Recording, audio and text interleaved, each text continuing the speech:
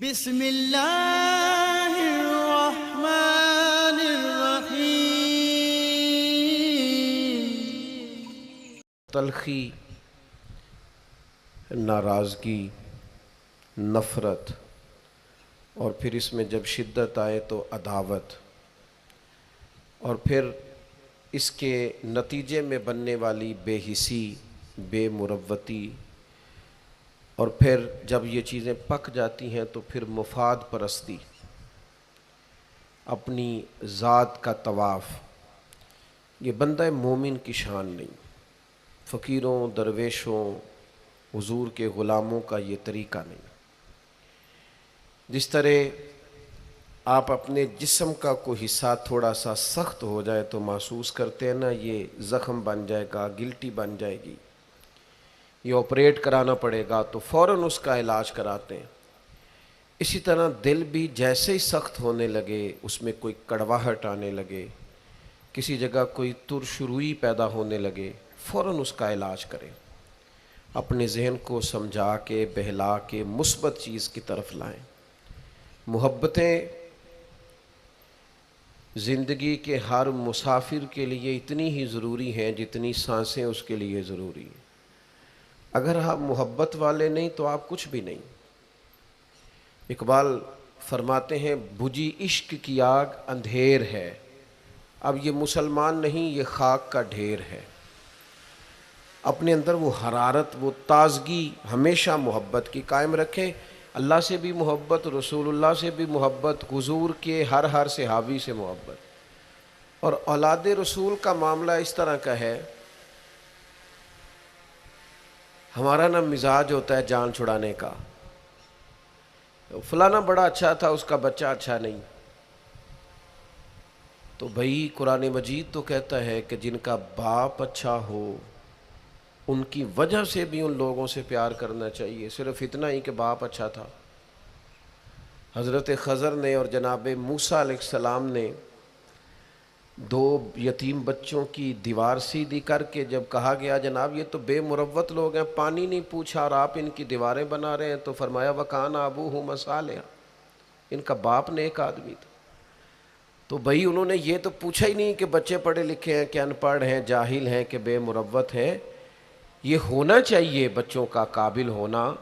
اگر وہ پیشوائی اور مقتدا بننا چاہتے ہیں تو پھر ضرور آپ ان کی ڈگریاں دیکھیں، لیکن کچھ عزتیں والدین کی وجہ سے، محض کسی کی اولاد ہونے کی وجہ سے بھی ہوتی ہیں، ان میں ڈگریاں اور اسناد نہیں دیکھی جاتی۔ آپ مقتدا نہ بنائیں، پیشوا نہ بنائیں، لیکن جو نیکوں کی اولادیں ہوں ان کا احترام تو کریں، ان کے لیے جذبات تو پیدا کریں، آپ کی طبیعت میں گنجائش تو ہو ان کے لیے۔ جان چھڑاتے ہیں لوگ، فلانا بڑا اچھا تھا، بچے اچھے نہیں، او چل یار بچے تو اسی کے ہیں نا۔ یاد رکھیں اپنے محسنوں کو کبھی نہیں بھولیں، اور ان سے نسبت رکھنے والی چیزوں کو بھی کبھی نہیں بھولیں۔ اور پھر جو نبی پاک کی اولاد ہے نا، خدا را حضور کی اولاد پر کبھی بحث نہ کریں، ان کے حوالے سے کبھی بھی کسی چیز کو موضوع بحث نہ بنائیں۔ آپ کو پتہ نہیں کہ رسول اللہ صلی اللہ علیہ وسلم کی اولاد تو وہ ہے، اللہ تعالیٰ نے ہر ناپاکی اور ہر رجس ان سے دور فرما دیا۔ اپنے دل کو، اپنی قلبی واردات کو قائم رکھیں۔ نبی پاک کی اولاد کا اکرام ہمیشہ اپنے دل میں رکھنا اور جذبات رکھنا، سادات کے لیے، حضور کی اولاد کے لیے طبیعت کے اندر گنجائش رکھنا، اس میں کبھی کوئی کمزوری نہ دکھانا۔ اور دوسری بات یہ کہ ان سے سیکھنا۔ واقعہ کربلا جو ہے نا، وہ انسانی زندگی کے لیے بہت بڑی حرارت ہے۔ ہمارا ایک مزاج بن گیا ہے کہ ہم نہ مشقت کے قائل اور عادی نہیں رہے، سکون تلاش کرتے ہیں۔ اب تو ڈھیر سارے لوگ ایسے ہیں کہ ذرا کوئی مصیبت آئی نہیں تو ان کے ہاتھ پیر پھولنے شروع ہو جاتے ہیں۔ انجانہ خوف اور بے مقصد قسم کی باتیں لوگوں کو ڈراتی ہیں۔ اور پھر میں نے دیکھا ہے کہ اگر ان کو اپنی ذات کے لیے، اپنی اولاد کے لیے، اپنے گھر کے لیے سکون مل گیا ہے، آسودگی مل گئی ہے، وسائل جمع ہو گئے، تو کہتے ہیں مجھے کیا مصیبت بنی ہوئی ہے، اب میں جاؤں، بس کافی ہے۔ قوم کے بچوں کے لیے، ملت کے لیے، وطن کے لیے، دین کے لیے کون جد و جہد کرے؟ میرا گھر سکھی ہے، آسانی ہے، لہذا مجھے مشقت میں پڑنے کی کیا ضرورت؟ کوشش نہیں کرتے لوگ۔ یاد رکھنا، اللہ تعالیٰ نے نا انسان کو پیدا ہی مشقت میں کیا، یہ مشقت میں ہے۔ رب فرماتے ہیں میں نے اس کی پیدائش ہی، اس کا خمیر ہی مشقت والا بنایا۔ اللہ کریم نے قرآن مجید میں فرمایا لَقَدْ خَلَقْنَا الْإِنسَانَ فِي قَبَدٍ، فرمایا بے شک ہم نے آدمی کو مشقت میں رہتا ہوا پیدا کیا، پیدا ہی اس کو قبض کیا ہے، مشقت میں رہتا ہوں۔ اس نے مشقت کرنی، بچپن میں بھی مشقت۔ چلیں کچھ تھوڑا سا آپ کو سمجھانے کے لیے بات کر لیتے ہیں۔ پرائمری اسکول میں جانا کتنا مشقت کا کام تھا، ساری رات لوگ منصوبہ نہیں بناتے تھے سویرے چھٹی کرنے کا، وہ کتنی بڑی مشقت کا کام تھا۔ جب 3 مہینے کی چھٹیاں ہوتی تھیں تو وہ، اللہ کرے کوئی میں ایسا جملہ نہ بولوں، اساتذہ بڑے قابل احترام ہوتے ہیں، لیکن ہمارے جو استاد صاحب تھے نا وہ تو صرف 1 آدھ چیپٹر چھوڑتے تھے، باقی کہتے ساری کتابیں لکھ کے لے آنا۔ تو وہ جب وہ سبق دے رہے ہوتے تھے مشقت کا تو بندہ سوچتا تھا کہ چھٹیاں آرام کرنے ملیاں سانیاں یہ والی مصیبت کرنے کو ملی تھی، جہاں چھٹیوں پہ رہے ہوتے تھے مشقت بڑھ جاتی تھی۔ آج تو ان چیزوں پر ہنسی آتی ہے، مشقت، جد و جہد، ہر لمحے جد و جہد، اور ہر مشقت اپنے ٹائم پر مشقت ہوتی ہے۔ آج آپ سے کہا جائے بہت سارے لوگوں سے پرائمری کا امتحان دینا ہے تو آپ کہیں گے بائیں ہاتھ کا کھیل ہے، بھئی اب بائیں ہاتھ کا کھیل ہے، تب نہیں تھا۔ اور جو آج پرائمری کر رہے ہیں ان کے لیے بھی آج بائیں ہاتھ کا کھیل نہیں۔ ہر مشقت اپنے وقت پر مشقت رہتی ہے۔ کسی وقت کسی چیز کا انتظام کرنا آپ کے لیے بڑا قابل تکلیف ہوتا ہے، آزمائش والا ہوتا ہے، بعد میں آپ سمجھتے ہیں کہ یہ تو کوئی مسئلہ ہی نہیں تھا۔ اللہ نے انسان کو مشقت، ہم نہ سکون ڈھونڈتے ہیں، بس ٹھیک ہے گھر بن گیا، بس ٹھیک ہے اب میں نے بچے پال لیے، بس ٹھیک ہے۔ او بھائی تو نے آگے بڑھنا ہے، تو نے مشقت کرنی ہے، جد و جہد میں رہنا ہے، وقت فرصت ہے کہاں، کام ابھی باقی ہے، نور توحید کا اتمام ابھی باقی ہے۔ یاد رکھیں اگر آج جوانی ہے تو بڑھاپا آئے گا، آج اگر صحت بالکل ٹھیک ہے تو آہستہ آہستہ خدا نخواستہ قوا اور اعصاب کمزور ہونے لگتے ہیں۔ ہمیں نا ذہنی طور پر تیار رہنا ہے۔ لوگ کہتے ہیں جناب پتہ نہیں میں بڑا پریشان ہوں، ایک مشکل ختم ہوتی ہے دوسری شروع ہو جاتی ہے۔ میں نے کہا یہ مشکل نہیں، یہی تو مزہ ہے زندگی کا۔ اللہ کہتا میں نے تجھے مشقت میں پیدا کیا ہے اور تو کہتا ہے کہ آسانی ہو جائے۔ اب یہ تو نہیں نہ ہوگا، جس نے جیسا پیدا کیا ہے بات تو اس قادر مطلق کی چلے گی، تیری نہیں چلے گی جب اس نے پیدا ہی مشقت میں کیا ہے۔ حضرت زید بن ارقم رضی اللہ تعالیٰ عنہ بیمار تھے، یہ ذرا بات سننا میرے کریم کی۔ اللہ کے پیارے حبیب علیہ السلام تیمارداری کے لیے تشریف لے گئے تو حضور سید عالم علیہ السلام نے جا کر جناب زید بن ارقم کی طبیعت کو دیکھا تو کمزوری تھی اور وہ پریشان بھی تھے۔ تو حضور علیہ الصلوۃ والسلام کو اللہ تعالیٰ نے غیب کے خزانوں کی کنجیاں عطا فرمائی ہیں۔ قریب مسکرا کے فرمانے لگے زید اس بیماری سے پریشان نہ ہو، اس سے تو آپ نے ٹھیک ہو جانا ہے۔ اس روایت پر خاص غور کرنا کیا کہہ رہا ہوں، فرمایا اس سے آپ نے پریشان نہیں ہونا، اس سے تو آپ نے ٹھیک ہو جانا ہے، مسئلہ ہی نہیں۔ ہاں اس کے بعد ایک وقت آئے گا آپ کی آنکھوں کی بینائی رخصت ہو جائے گی اور عمر بھی آپ کی لمبی ہوگی، یعنی ایک بڑھاپا، ایک نظر چلی جائے گی۔ اب آپ یہاں غور کریں سرکار تربیت کیا کر رہے ہیں۔ حضور فرما رہے ہیں یہ جو مشکل ہے یہ تو گزرنے والی ہے، اس کے بعد جو مشکل آنے والی ہے وہ اس سے بڑی ہے۔ فرمایا زید اس کے بعد آپ کی بینائی چلی جائے گی اور عمر بھی لمبی ہوگی، تو بتائیے اس وقت کیا کریں گے؟ تو حضرت زید بن ارقم رضی اللہ تعالیٰ عنہ عرض کرنے لگے یا رسول اللہ میں اللہ کی رضا پر ثواب کی نیت سے صبر کروں گا۔ معنی کیا ہے؟ دکھ قبول محمد بخشا راضی رہن پیارے۔ ٹھیک ہے اگر بینائی جائے گی اور بڑھاپا آئے گا تو قبول کریں گے، رب کی رضا کے لیے ثواب کی نیت سے صبر کریں گے۔ ایسے بھی کبھی دنیا میں میدان لگتے ہوں گے کہ بیماری آئے گی، بتایا جا رہا ہے اور پوچھا جا رہا ہے کہ تو کیا کرے گا، تو بتا رہے یا رسول اللہ صبر کروں گا، تو نتیجہ بھی وہیں بیان ہو رہا ہے، یعنی سارا سودا نقد و نقد۔ اسی وقت ہتھیلی پہ سرسوں جم رہی ہے، حضور نے فرمایا کیا کرو گے؟ یا رسول اللہ صبر کروں گا اللہ کی رضا کے لیے، ثواب کی نیت سے۔ تو حضور فرمانے لگے اگر تو صبر کرے گا تو پھر نتیجہ سن، اللہ تجھ سے حساب نہیں لے گا، بغیر حساب ہی جنت عطا کر دے گا۔ او میرے بھائی، ایک مشکل سے آپ گزر گئے، اب آپ کو اگلی مشکل کے لیے تیار رہنا ہے۔ بدر ہو گیا، معرکہ بدر ہو گیا، بہت بڑی کامیابی سمیٹ کے مسلمان لوٹ آئے، پورے کفر پر دھاک بیٹھ گئی، بڑے بڑے موٹے کافر سارے بدر میں مارے گئے، ابو جہل مارا گیا، عتبہ عتیبہ مارے گئے، چوٹی کے کافر مارے گئے، تو کیا اس کے بعد پھر معاملہ ختم ہو گیا؟ اتنی بڑی فتح سمیٹ کر مسلمان آئے، لیکن تھوڑے ہی عرصے کے بعد احد میں جانا پڑا۔ بھئی آپ تو فتح یاب ہو گئے، کامران ہو گئے، اور اس وقت 313 تھے، اب تو 1000 تعداد ہو گئی، لیکن اس کے بعد جو مشکل آئی اس سے بڑی آئی۔ 70 صحابہ شہید ہوئے، سعد بن ربیع شہید ہوئے، حضرت عبداللہ بن جہش شہید ہوئے، حضرت امیر حمزہ کا سارا وجود کاٹ دیا گیا، آنکھیں نکال دی گئیں، ہونٹ کاٹ دیے گئے۔ اس کے بعد جو مشکل آئی اس سے بڑی تھی، صبر سے برداشت کی، حالات ٹھیک ہو گئے؟ نہیں، خندق تیار ہے، معرکہ تیار ہے، اور قحط کا زمانہ اور کڑاکے کی سردی، بھوک کا یہ عالم کے لوگوں نے پیٹ پہ پتھر باندھ لیے، لیکن خندق کھودنی ہے، میدان میں رہنا ہے۔ یہ معاملہ ختم ہوا تو کیا بات دب گئی؟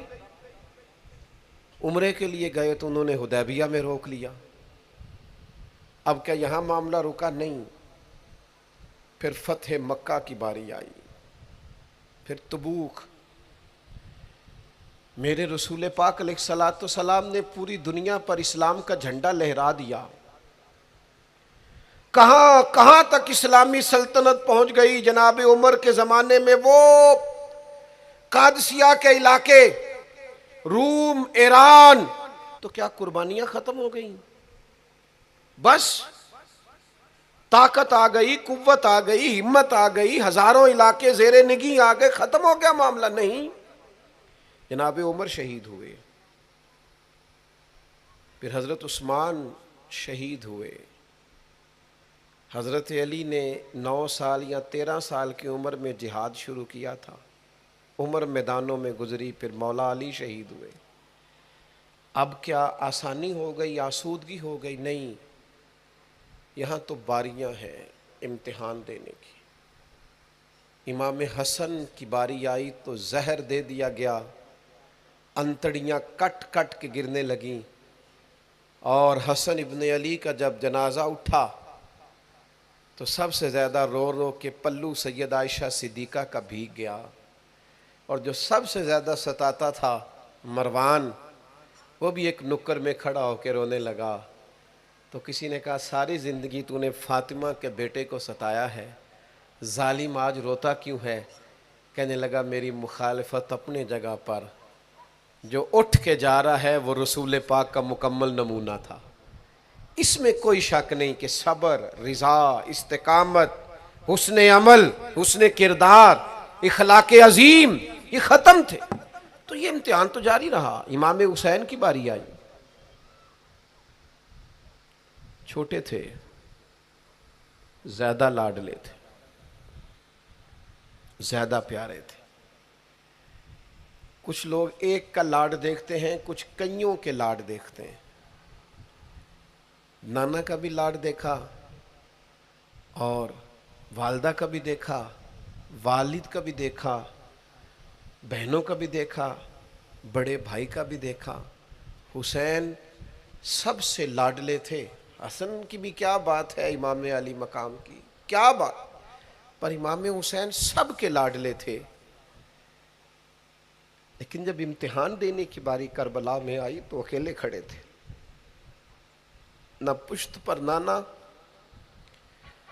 نہ ہاتھ میں شیر خدا کی انگلی، نہ پلٹ کے جا کے ماں کے پلو میں چھپنے کا موقع، نہ حسن موجود ہے کہ بڑے بھائی سے مشورہ لے لیا جائے، کوئی نہیں۔ یہ کون ہے اٹا ہوا، غبار میں اٹا ہوا؟ یہ نبی کا نور عین ہے، یہ بالیقین حسین ہے اکیلے، اور باقی جتنے تھے وہ سارے چھوٹے تھے۔ وہ بڑا مشکل کام ہو جاتا ہے جب آپ سب سے بڑے ہو جائیں اور صرف آپ کو تسلی دینی ہے، صرف آپ کو دوسروں کو سنبھالنا ہے، وہ بڑا مشکل مرحلہ ہوتا ہے۔ لیکن امام حسین نے اس مشکل مرحلے کو اس طرح گزارا کہ وہ بڑے تھے نا،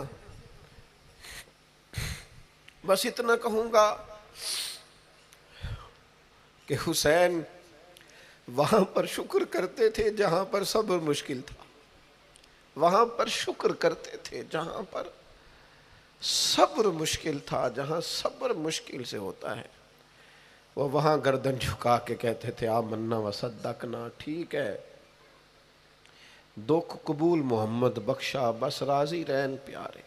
آپ اس بات کو یاد رکھیں اور اس کو اچھی طرح سمجھ لیں کہ آپ جب تک مزاج مشقت کا نہیں بناتے، ایک کے بعد دوسری، دوسری کے بعد تیسری، تیسری کے بعد چوتھی مشقتیں راہ دیکھ رہی، اور جو مشقتوں کے عادی نہیں وہ پھر پچھلی صفوں میں ہے، جو مشقتوں کے عادی نہیں وہ پھر کسی صورت بھی نہ نام بنا سکتے ہیں نہ کام کر سکتے ہیں۔ جس کو آرام کرنا ہے، جس کو سکون سے سونا ہے، وہ منزل نہیں پا سکتا۔ آپ کو آگے بڑھنا ہے، آپ کو جد و جہد کرنی ہے، آپ کو کوشش کرنی ہے، آپ کو باہمت رہنا ہے۔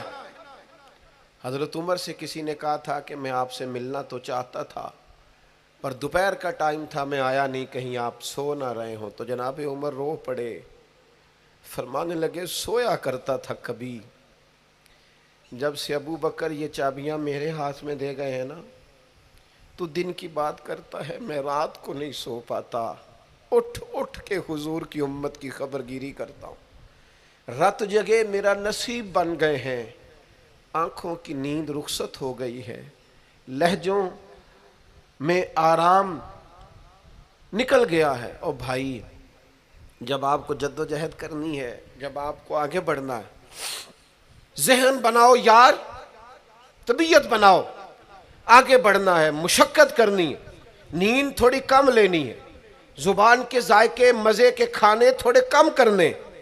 ہم نے اپنی مرضی سے وہ لیٹے ہیں، وہ آرام کر رہے ہیں، اس سے تھوڑا اٹھ کر سوچنا۔ امام علی مقام کا پیغام یہ ہے کہ تو بڑا تب بنے گا جب تیری زندگی محنت والی، کوشش والی، جد و جہد والی ہوگی۔ اور پھر اس کے بعد کیا کرنا ہے؟ ایک کوشش کرنی ہے، اس کے بعد اگلا کام یہ ہے کہ جہاں رب رکھے نا وہاں رہنا بھی ہے، اس کی رضا پہ۔ جب آپ مسلمان ہوتے ہیں نا، کلمہ پڑھتے ہیں، تو ہم اعلان کرتے ہیں آج کے بعد فیصلے میرے نہیں چلیں گے، فیصلے اللہ کے چلیں گے۔ لیکن پریشانی پتہ کب ہوتی ہے؟ جب ہم فیصلہ اپنی مرضی کا مانگتے ہیں۔ او بھائی جب تو مالک کا غلام ہے، بندہ ہے، تو پھر دکھ کس چیز کا نام ہے؟ کسی درویش نے کہا تھا دکھ کس چیز کا نام ہے کہ اللہ کی مرضی اور ہے اور تیرا ارادہ اور ہے۔ تو کہتا ہے بات اس طرح بنے جس طرح میں چاہتا ہوں، رب کہتا ہے نہیں میں نے فیصلہ کر لیا ہے، پھر تو دکھی ہوتا ہے۔ سکھی بھلا کون ہوتا ہے؟ جو رب کر دے وہ کہے بالکل ٹھیک ہے، وہ کہے بالکل۔ اور قرآن مجید نے اسے بیان کیا، رضی اللہ عنہم ورضوا عنہ۔ یہ کربلا کا دوسرا پہلو، ایک پہلو مشقت جد و جہد، ایک پہلو یہ کہ رضی اللہ عنہم ورضوا عنہ۔ اللہ کہتا ہے میرے بندوں کی شان یہ ہے کہ اللہ ان سے راضی ہے اور وہ اللہ سے راضی ہے۔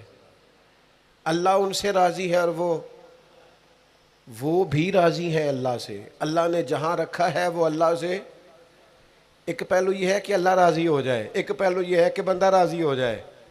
رب فرماتا ہے ذالک الفوز العظیم، وہ اللہ سے راضی، اللہ ان سے راضی، یہ بہت بڑی کامیابی ہے۔ امام محمد غزالی رحمۃ اللہ علیہ سے کسی نے کہا تھا زیادہ مشکل کیا ہے، اللہ کا راضی ہونا کہ بندے کا؟ تو امام صاحب فرمانے لگے رب تو مہربان ہی بڑا ہے، بڑی جلدی راضی ہو جاتا ہے۔ دو صرف آنسو بہائے سچی توبہ کے مالک راضی ہے، کسی غریب کی مدد کر دے اخلاص سے اللہ راضی ہے، اللہ تو جلدی راضی ہو جاتا ہے، مشکل یہ ہے کہ بندہ نہیں راضی ہوتا۔ یہ اس نے ہر روز ایک نئی امید لگائی ہوئی ہے، ہر روز اس کا نیا رنگ ہے، یہ راضی نہیں ہوتا۔ حضرت موسیٰ علیہ السلام نے اللہ کی بارگاہ میں عرض کی، مالک میری قوم یہ عرض کرتی ہے کہ تو بتا تو ہم سے کیسے راضی ہوگا۔ حضرت موسیٰ اپنی قوم کی عرض لے کر مالک کی بارگاہ میں کوہ طور پہ حاضر ہے۔ او یارو اسے دل کی تختی پہ لکھ لینا۔ عرض کی مالک میری قوم کہتی ہے رب کریم کے حضور عرض کریں کہ ہمیں بتائے ہمارا رب ہم سے کیسے راضی ہوگا۔ تو حضرت کلیم کہتے ہیں جب رب کی بارگاہ میں عرض کیا تو مالک نے فرمایا ان سے جا کے کہو وہ مجھ سے راضی ہو جائیں، بس وہ راضی ہو جائیں میں بھی ان سے راضی ہو جاؤں گا۔ حضرت سیدنا عبداللہ ابن عمر رضی اللہ تعالیٰ عنہ کا صاحبزادہ بڑا سخت علیل ہو گیا۔ بچے بیمار ہو جائیں تو تکلیف بڑی ہوتی ہے انسان کی طبیعت کو۔ حضرت عبداللہ ابن عمر کے بیٹے بڑے سخت علیل ہو گئے۔ جناب عبداللہ ابن عمر بڑے پریشان ہیں، کبھی ادھر جاتے ہیں کبھی ادھر جاتے ہیں، اس حکیم کے پاس اس طبیب، سخت پریشان۔ آپ کے دوست احباب دیکھتے کہ حضرت عبداللہ ابن عمر بڑے سخت آزمائش میں، بیٹے کا انتقال ہو گیا، صحت نہ ہو سکی، اللہ کا حکم آ گیا۔ اب یہ جو انتقال ہے یہ ظاہر ہے بیماری سے زیادہ مشکل کام ہے، بیٹا چلا ہی گیا ہے۔ لیکن وہ لوگ کہتے ہیں جب ہم بعد میں تعزیت کرنے کے لیے گئے تو جناب عبداللہ ابن عمر کو بڑا مطمئن دیکھا۔ تو ہم نے عرض کی کہ حضور اس وقت تو وہ صرف بیمار تھا تو آپ زیادہ تسلی میں نہیں تھے اور اب آپ بڑے تسلی میں محسوس ہوتے ہیں، وجہ؟ تو فرمانے لگے جب تک میری ذمہ داری تھا نا میں پریشان تھا، اب خدا کے کرم اور رحمت کی جگہ پہ چلا گیا، اللہ کا فیصلہ آ گیا ہے اور میں سمجھا ہوں کہ میرا رب اسے اپنی بارگاہ میں بلانا چاہتا ہے، لہذا میں پورے طور پر مطمئن، اب میں اللہ کی رضا پہ پوری طور پر راضی ہوں۔ میرے عزیز جب تک یہ رضا حاصل نہیں، کیا لطیف انداز ہے۔ وہ ہمارے ایک بڑے زبردست رائٹر تھے صاحبزادہ خورشید احمد گیلانی مرحوم، ان کا ایک مضمون چھپا ایک دفعہ، امت کا پہلا صوفی۔ تو وہ ٹائٹل دیکھ کر مجھے بڑی تجسس ہوا کہ کس کو، چونکہ ہم صوفیاء کی جماعت ہیں، کس بزرگ کا تذکرہ کیا انہوں نے، امت کا سب سے پہلا صوفی۔ تو جب مضمون کھولا تو امت کا سب سے پہلا صوفی انہوں نے جناب صدیق اکبر کو قرار دیا، فرمایا یہ پہلے درویش ہے اس امت کے، حضرت ابو بکر صدیق۔ حضرت ابو بکر صدیق علیل ہو گئے، بیمار ہو گئے، تو یہ دیکھیے ذرا ان کا انداز تصوف۔ تو یار دوست پتہ لینے گئے تو ایک روٹین ہوتی ہے نا، جب لوگ تیمارداری کرنے جاتے ہیں تو کہتے ہیں کسی ڈاکٹر کو دکھایا ہے، سب لوگ آپ کے گرد بیٹھے ہیں، تو کہنے لگے ابو بکر طبیب کو دکھایا ہے؟ فرمانے لگے ہاں طبیب دیکھ گیا ہے، اور طبیب دیکھتا رہتا ہے۔ تو کہا پھر طبیب نے کیا کہا ہے؟ کہنے لگے طبیب نے کہا فعال لما یرید، طبیب نے کہا ہے بھئی جو میں چاہتا ہوں نا وہ میں کر دیا کرتا ہوں، جو میرا ارادہ ہوتا ہے پھر وہ میں کر دیتا ہوں، وہ طبیب مجھے کہہ گیا ہے، لہذا جو اس کا ارادہ ہونا ہے اس نے۔ اب وہ جو ارد گرد بیٹھے تھے وہ بھی تو صحابہ تھے نا، اس باریک بات کو فوراً سمجھ گئے، کہنے لگے اللہ تجھے جزا عطا کرے۔ او یارو تھوڑے دن اگر سکھ سے جینا چاہتے ہو تو ایک ہی علاج ہے، ایک ہی، مالک کی رضا میں راضی رہو، نہ سمجھ آئے تو پھر کربلا والے امام حسین کی طرف دیکھنا، وہ نانا کے کندھوں پہ تھے پھر بھی بڑے خوش تھے، وہ ماں کی گود میں تھے پھر بھی بڑے خوش تھے، شیر خدا کی باہوں میں تھے پھر بھی بڑے خوش تھے، حسن کے ساتھ سفر حج پہ تو بھی بڑے راضی تھے، اور جس دن رجب کے مہینے میں مدینہ چھوڑ رہے تھے تو اس دن بھی کہہ رہے تھے مالک میں تیری رضا پہ راضی ہوں۔ اور حسین ابن علی رضی اللہ تعالیٰ عنہ نے ہمیں یہ معیار دیا ہے، جس دن شبیہ مصطفیٰ علی اکبر ان کے گھر میں پیدا ہوئے تھے، حسین اس دن بھی بڑے راضی تھے، اور جب اللہ اکبر کہہ کے زخم کھا کے جناب علی اکبر گھوڑے سے زمین پر تشریف لائے تھے اور جوان بیٹے کو سہارا دے کر انہیں اٹھانا پڑے تھا، حسین اس دن بھی رب کی رضا پہ بڑے راضی تھے۔ اور جب چھوٹا سا بیٹا ان کی گود میں اس کی سانسیں اکھڑ رہی تھیں تو امام علی مقام اس وقت بھی اپنے رب کی رضا پہ بڑے ہی راضی تھے۔ حد ہو گئی، جس گلے کو محبوب چومتے تھے اس وقت بھی حسین راضی تھے، اور جب اسی گلے پہ خنجر چل رہے تھے تو امام علی مقام نے یہ نہیں کہا کہ مالک میرا اتنا امتحان، آخر میرے مسئلے کب حل ہوں گے، میری مشکلات کب حل ہوں گی، آخر کس وقت، یہ نہیں فرمایا، بلکہ یہ سارا کچھ سہ کے دونوں ہاتھ زمین پہ بچھا کے سجدہ شکر ادا کر کے کہا مالک جہاں تو رکھے حسین وہاں راضی ہے۔ اتنا شکوہ ہے ہماری زندگی، آپ یقین کریں ان باتوں کی بھی دوست دعا کرانے آ جاتے ہیں جہاں دل کرتا ہے کہ انہیں سمجھائیں کہ یار نہ کہیں تو ٹھہرنا اپنے رب کی رضا پہ۔ یار دیکھو چھوٹی بات نہیں، حضرت انس بن مالک کہتے ہیں 10 سال میں نے نبی پاک کے گھر میں نوکری کی ہے، 10 سال، 10 سال، 1 سال کے بعد لوگ اکتا جاتے ہیں، سارا پتہ چل جاتا ہے، اس کے بعد وہ چاہتے نہیں رہتی، بندہ پرانا ہو جاتا ہے، اکرام احترام الا ماشاءاللہ وہ نہیں رہتا۔ فرماتے ہیں 10 سال حضور کے گھر میں نوکری کی، پورے 10 سال، ایک دفعہ بھی رسول پاک نے اف نہیں کہا۔ فرماتے ہیں ایسا نہیں کہ کبھی کوئی ایسی بات نہیں ہوئی جس سے حضور ناراض ہوں، کئی دفعہ ایسے موقع آئے، حضور نے کسی کام سے بھیجا، میں جا کے بچوں کے ساتھ کھیلنے لگا، محبوب آئے، میں ڈر گیا، لیکن حضور نے کچھ بھی نہیں کہا، مسکرا کے فرمایا تمہیں کام بھیجا تھا کر کے کیوں نہیں آئے؟ او یار آپ ٹھہریں تو صحیح، استقامت تو ہو، ذرا ذرا سی بات پہ بلبلا اٹھنا، تڑپ جانا، ہر چیز سے الجھ جانا، یہ بندہ مومن کی شان نہیں۔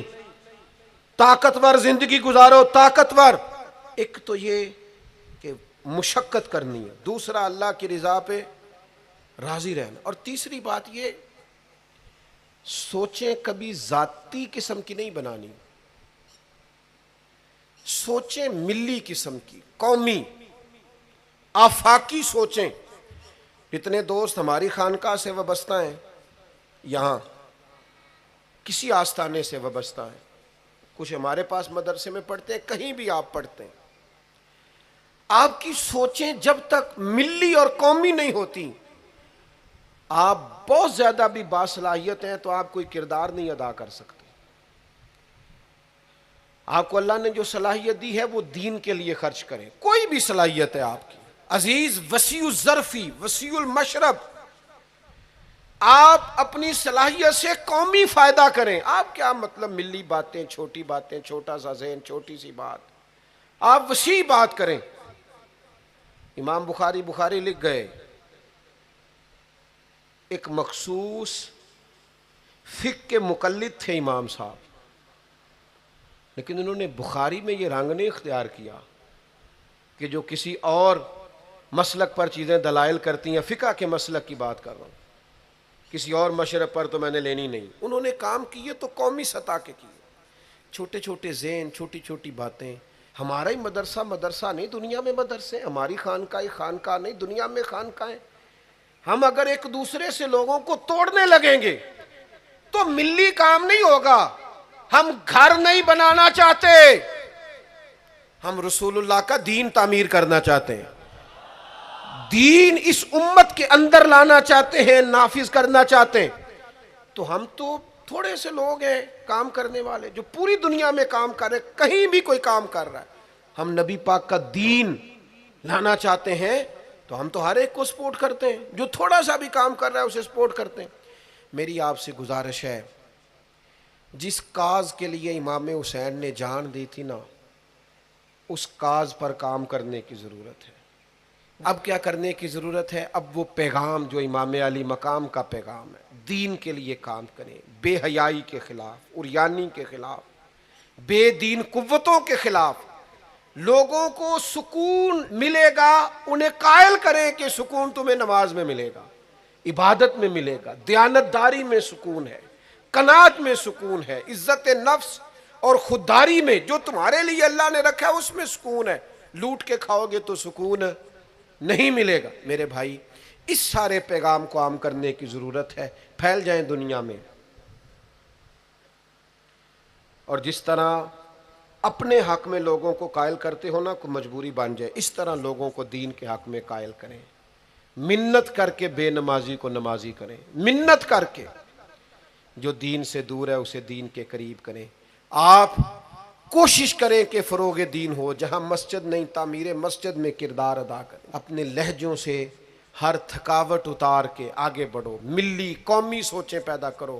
ہم نے اس وطن کو بھی تعمیر کرنا ہے، دین کے لیے ہم نے اپنے آپ کو پیش کرنا ہے جس حد تک ہو سکے۔ اور دین کی تبلیغ کا سب سے بہترین طریقہ یہ ہے۔ امام جعفر صادق سے کسی نے کہا تھا میں دین کی تبلیغ کرنا چاہتا ہوں، کیا کروں؟ پیغام امام حسین کانفرنس میں بات ختم کرتے وقت امام حسین کے پوتے کی بات سنا رہا ہوں، کہا حضور دین کی تبلیغ کرنا چاہتا ہوں، کیا کروں؟ فرمانے لگے دین پہ عمل کرنا شروع کر دے، یہ دین کی تبلیغ۔ آپ کا اچھا اخلاق یہ دین کی تبلیغ، آپ کا معاف کرنے کا جذبہ یہ دین کی تبلیغ، آپ کی خیر خواہی لوگوں کا بھلا کرنا یہی دین کی تبلیغ۔ صرف تقریر سے تبلیغ نہیں کریں آپ کا عمل اور کردار یہ دین کی تبلیغ ہے۔ آپ اپنا انداز زندگی بدل جائیں، انداز خوبصورت کر جائیں، یہ دین کی تبلیغ شروع ہو جائے گی۔ 3 باتیں آپ کی خدمت میں رکھی ہیں اس پورے گفتگو کا نتیجہ۔ ایک تو زندگی مشقت والی، محنت والی، جد و جہد والی۔ یہ جو نوجوان آرام ڈھونڈتے ہیں نا، سکون، اقبال کہتے ہیں لہو مجھ کو رلاتی ہے جوانوں کی تن آسانی، یہ تیار ہو جائیں۔ مشقت، جد و جہد، کوشش۔ اور دوسری بات، اس کوشش کے بعد بھی رب جو فیصلہ کرے رب کے فیصلے پر راضی رہیں، مقام تسلیم و رضا والی زندگی گزاریں۔ اور تیسری گزارش، سوچیں سطحی نہیں، ذاتی نہیں، عالمی سوچیں۔ میں بڑے درد سے یہ بات عرض کروں، لوگ اپنی ذات کے لیے دین کا استعمال کرتے ہیں، اپنی ذات کے لیے۔ جو میرا ذاتی مخالف ہے میں اسے یزید کہہ دیتا ہوں، میرا ذاتی مخالف۔ ہمارا ذاتی مخالف ہوتا ہے ہم کہتے ہیں بے ایمان ہو گیا۔ او خدا کے بندے، تیرے سے اختلاف ہوا ہے تو اسے یزید تو نہ بنا، اتنی بڑی لعنت کا توق تو نے گلے میں ڈال دیا۔ اگر وہ یزید ہے تو اپنے آپ کو کیا سمجھتا ہے؟ اپنا پھر تو نے درجہ کیا بنا؟ اتنی جلدی نہیں، قومی سوچیں پیدا کریں، کوشش کریں کہ آپ ملی کام کریں، آپ لوگوں کو جوڑیں۔ آفاقی تعلیمات ہیں اسلام کی، ان آفاقی تعلیمات میں آپ اپنا وقت گزاریں گے تو آپ محسوس کریں گے زندگی بڑی خوبصورت ہو گئی۔